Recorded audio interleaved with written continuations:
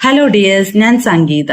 ചിലരൊക്കെ തെറ്റ് ചെയ്താലും അതിന്റെ ഫലം അനുഭവിക്കേണ്ടി വരാറില്ലല്ലേ? ഇങ്ങനൊരു സംശയം നമുക്ക് തോന്നിയിട്ടില്ലേ? ഇതേപോലൊരു സംശയം മഹാരഥനായ അർജുനനും ഉണ്ടായിരുന്നു. അദ്ദേഹം ശ്രീകൃഷ്ണനെ കണ്ടപ്പോൾ ഈ സംശയം ഉന്നയിക്കുകയുണ്ടായി. ശ്രീകൃഷ്ണൻ പുഞ്ചിരിച്ചുകൊണ്ട് ഒരു കഥയിലൂടെയാണ് ഇതിന് മറുപടി നൽകിയത്. പണ്ട് ഒരു രാജ്യത്ത് മഹാദാനശീലനായ ഒരു രാജാവ് ഉണ്ടായിരുന്നു.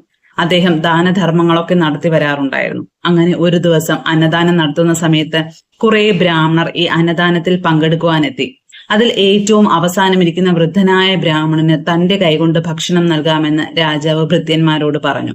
ഭൃത്യന്മാരുടെ കയ്യിൽ നിന്നും ഭക്ഷണവും വാങ്ങി അദ്ദേഹം ബ്രാഹ്മണനെ വിളമ്പിക്കൊണ്ടിരിക്കവേ ആകാശത്തുകൂടി ഒരു പരുന്ത് ഒരു സർപ്പത്തെയും കൊത്തിക്കൊണ്ടു പോവുകയായിരുന്നു.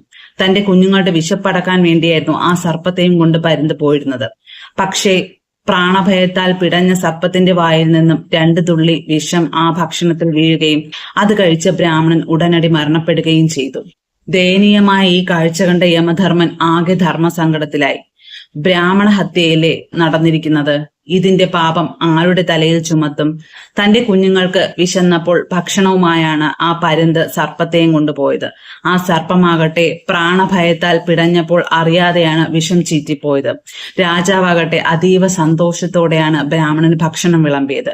യമധർമ്മൻ ആകെ ധർമ്മസങ്കടത്തിലായി. അങ്ങനെ ഇരിക്കെ ഒരു ദിവസം കുറച്ചു ബ്രാഹ്മണർ മഹാരാജാവിനെ കാണാനായി ആ രാജ്യത്തെത്തി.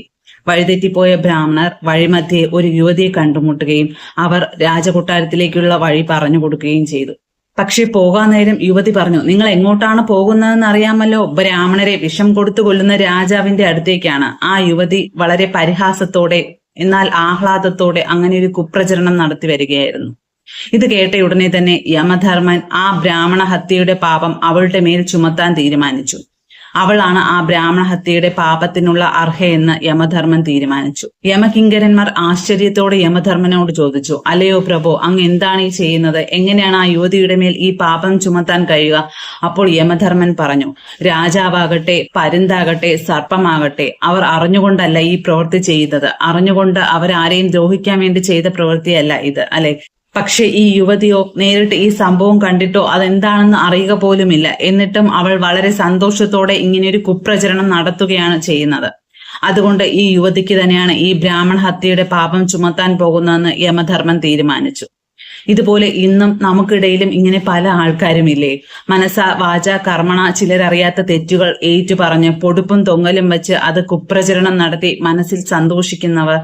ഒരാളുടെ മനസ്സ് വിഷമിച്ചിരിക്കുന്ന സമയത്ത് നമ്മുടെ വാക്കുകൾക്ക് മരുഭൂമിയിലെ മഴയാകാനും കഴിയും, ദേഹമാസകലം മുറിവേൽപ്പിക്കുന്ന മൂർച്ചയുള്ള ആയുധമാകാനും കഴിയും, അല്ലെ?